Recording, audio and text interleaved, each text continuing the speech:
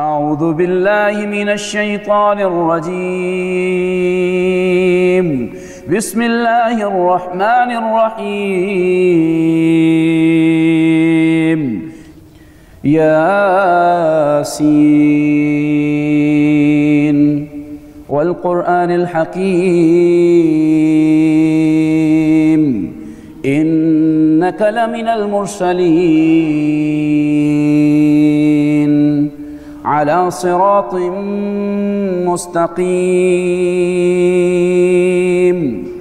تنزيل العزيز الرحيم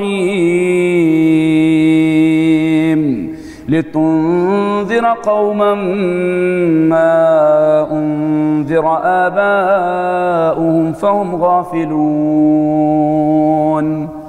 لقد حق القول على أكثرهم فهم لا يؤمنون إنا جعلنا في أعناقهم أغلالا فهي إلى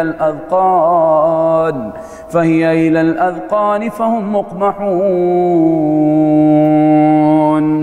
وجعلنا من بين أيديهم سدا ومن خلفهم سدا فأغشيناهم فهم لا يبصرون أعوذ بالله من الشيطان الرجيم بسم الله الرحمن الرحيم يا أيها المزمل قم الليل إلا قليلا نصفه وانقص منه قليلا أو زد عليه ورتل القرآن ترتيلا إنا سنلقي عليك قولا ثقيلا إن ناشية الليل هي أشد وطئا وأقوم قيلا صدق اللہ العظیم۔ اب سب لوگ پڑھی اللہم صلی علی محمد وعلی آل محمد کما صلیت علی ابراہیم وعلی آل ابراہیم انکا حمید مجید۔ اللہم بارک علی محمد وعلی آل محمد کما بارکت علی ابراہیم وعلی آل ابراہیم انکا حمید مجید۔ نہایت ہی قابل صد احترام شرکاء مجلس، بزرگوں، بھائیوں، دوستوں، نوجوان ساتھیوں، اللہ کا شکر ادا کرتے ہیں کہ رمضان المبارک اور اس ماہ مبارک کو اس دفعہ ہم نے گزارا ہے اور اللہ نے موقع عطا فرمایا ہے، اور خوش قسمت ہیں جنہوں نے اس سے فائدہ حاصل کیا ہوگا، اور بڑے بدبخت اور بڑی بدقسمت ہیں جو اپنے رویے پر، اپنی عادات پر، اپنی روش پر غور نہیں کر پائے، اور جوں کا توں ان کی زندگی جو ہے وہ ہر اعتبار سے عدم توازن کا شکار ہے، قول و قرار میں، لین دین میں، معاملات میں، بندگی رب کے معاملے میں بڑے بدبخت ہیں وہ لوگ۔